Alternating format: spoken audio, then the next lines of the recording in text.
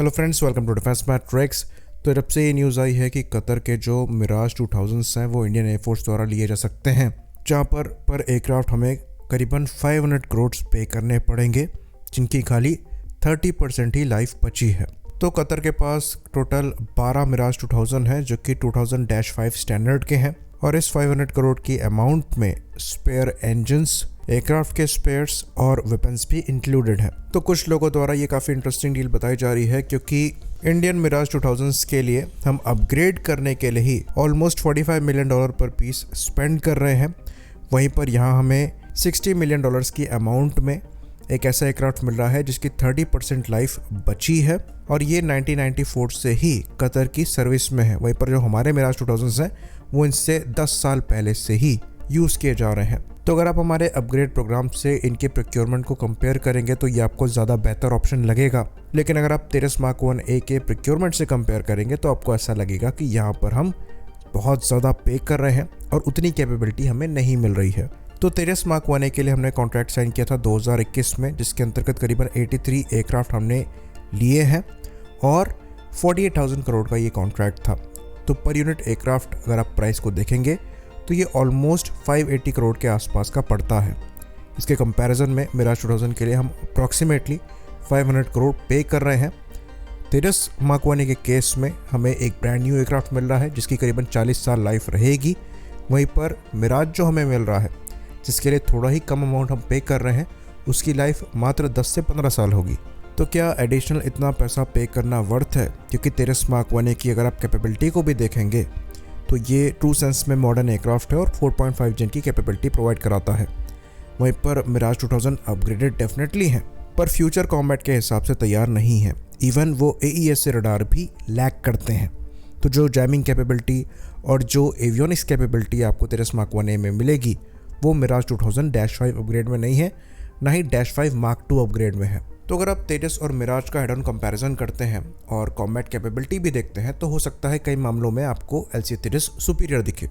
Physical performance की बात करेंगे तो मिराज की डेफिनेटली बेटर है, पर सुपीरियर एवियोनिक्स और वेपन पैकेज होने की वजह से तेजस डेफिनेटली मिराज 2000 को डोमिनेट करेगा।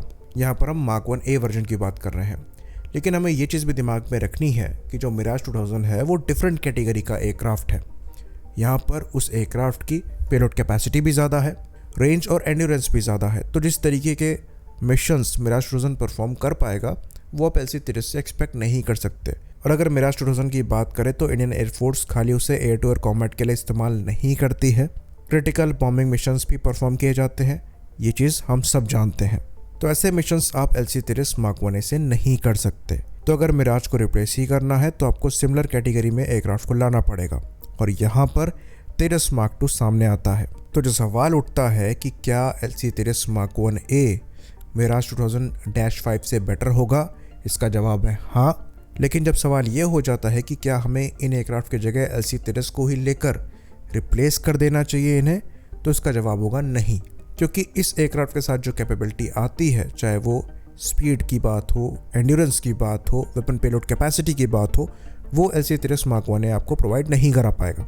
ऐसे मिशंस जहां पर आपको ये कैपेबिलिटीज़ रिक्वायर्ड हैं वहां पर तेजस मार्क 1A काम नहीं कर पाएगा।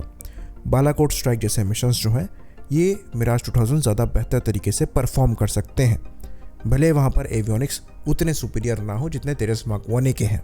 और वैसे भी ये जो मिराजेस को लेने की बात चल रही है, ये इंडियन एयरफोर्स द्वारा मिराज की फ्लीट को सस्टेन करने का एफर्ट है, ताकि जब तक तेजस मार्क 2 सर्विस में इंडक्ट होना चालू होता है तब तक ही ऑपरेट हो पाएँ। और अगर इनको ऑपरेशनल कंडीशन में रखना है तो ये इंश्योर करना ज़रूरी है कि ये अपनी पूरी इफेक्टिवनेस पर हो, और इसीलिए जो फ्लीट ऑपरेशनल है उसकी ऑपरेशनबिलिटी मेंटेन करना ज़रूरी है, और ये एफर्ट्स उसी के लिए किए जा रहे हैं। तो अगर इस लिहाज से हम इस डील को देखें तो सिमिलर कैटेगरी के मॉडर्न एयरक्राफ्ट परचेज करने से ये काफ़ी ज़्यादा बेहतर ऑप्शन है।